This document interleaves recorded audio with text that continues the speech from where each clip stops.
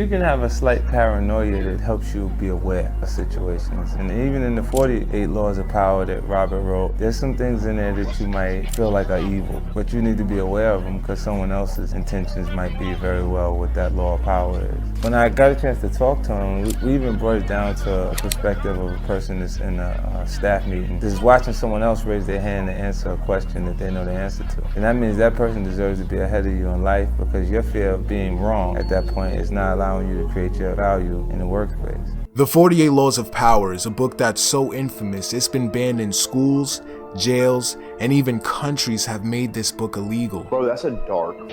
Super dark, super In dark. fact, I started reading that book and I quit reading it. Yeah, I didn't like it. I got about a quarter way through and was like, bro, I don't want to hear any more of this shit. This book is a book that got me to understand the mental gymnastics that people play with one another, because even the author himself, he said that he was inspired by Friedrich Nietzsche's philosophy on the will to power, that as a person you can gain power over your environment by conquering yourself, by going on this hero's journey and developing your character. But people who don't choose this path, they choose another way. They choose the dark arts. The reason why I have this book is so that I'm aware of the tactics that people use. People think of my book as evil, some do, and inevitably I find a lot of them are very uncomfortable with their own ideas about power, right? They can't come to terms with it. My main core readers in some ways is the African American community. These are people without power traditionally.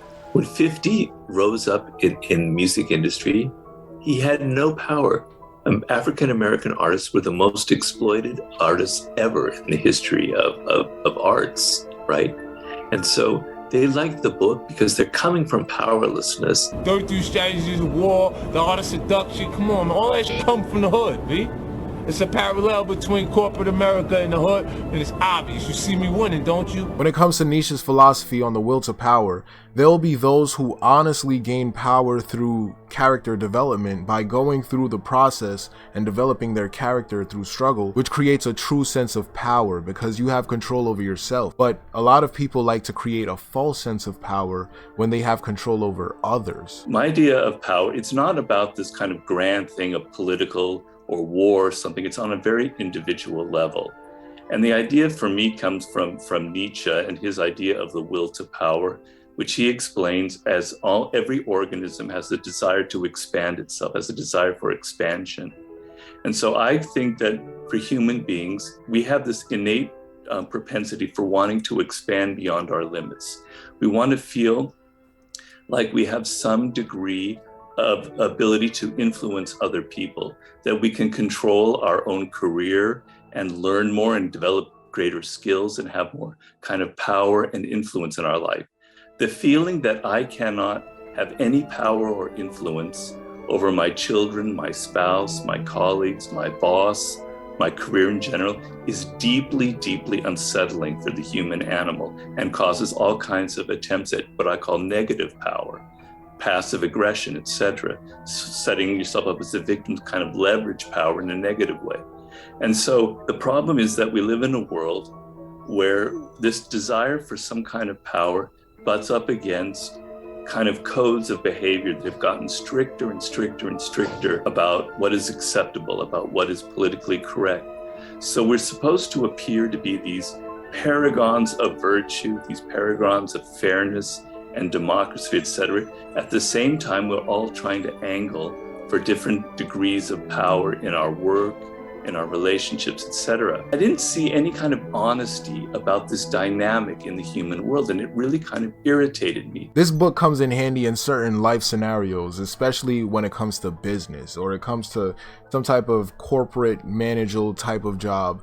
People play these mental games where they have this hierarchy of egos within their minds. Think about it. Someone who never worked on their character, but they're given a high position of power, authority over others. That person is only working to protect their image of power. They're not actually there to do the task that they're in power for. Let's take a look at law number 1, which is never outshine the master. Always make those above you feel comfortably superior. in your desire to please or impress them. Do not go too far in displaying your talents, or you might accomplish the opposite. Indulge me. For 1 second, pretend that I'm an idiot. Okay, I'm there. Okay. You know what? Let's just agree to disagree, my friend. Okay. What? Why? No! Make your masters appear more brilliant than they are, and you will attain the heights of power. See, this first law acknowledges that your boss, whoever employs you, whoever is, your superior, those people have egos, right? And if you challenge that ego, that person is going to try to make your life a little bit harder because they feel like you've offended them. Even if you haven't, even if you didn't try to do it purposefully, they feel like you've offended them. I'm telling you, man, people get offended in the most unforeseen ways because their egos are involved. My favorite one is law number 4. Always say less than necessary. When you are trying to impress people with words, the more you say, the more common you appear, and the less in control. Even if you're saying something banal, it will seem original if you make it vague, open-ended, and sphinx-like. Powerful people impress and intimidate by saying less. The more you say, the more likely you are to say something foolish. That saved me in so many scenarios. I'm a type of person where I like to observe the scenery before I interact with it. This law just showed to me that it makes me more powerful in a social dynamic setting. It gives off a feeling of mystery to people because they have to spend more time thinking about you, trying to figure you out. A lot of people only judge off of appearances, so they don't try to figure you out by actually having a conversation with you and, talking with you. They try to figure you out by forming an opinion on you based on their past experience. Saying less than necessary is like holding the power within your hands. The power of your tongue, that you can control your words and control what you say, right? I heard this quote that said, a wise man speaks because he has something to say, and a fool speaks only because he has to say something. When you talk too much, certain people feel like they know everything about you now, and now they start taking you for granted. Law number 9, win through your actions, never through argument. Any momentary triumph you think that you gain through argument is really Pyrrhic victory. The resentment and ill will that you stir up is stronger and lasts longer than any momentary change of opinion. It is much more powerful to get others to agree with you through your actions without saying a word. Demonstrate, do not explicate. Trying to convince people with words sometimes isn't enough, and arguing with them just makes you look weak. The best thing that I find is just being about what you say. Stop trying to argue. Like, I've heard this in Marcus Aurelius' Meditations. Stop arguing on what a good man is and be a good man. Don't talk about it. Be about it. Law number 10. Avoid the unlucky and unhappy. You can die from someone else's misery. Emotional states are as infectious as diseases. You may feel like you're helping somebody drowning, but you're only participating in your own disaster. The unfortunate sometimes draw a misfortune onto themselves. They will also draw it onto you. Associate with the happy and fortunate instead.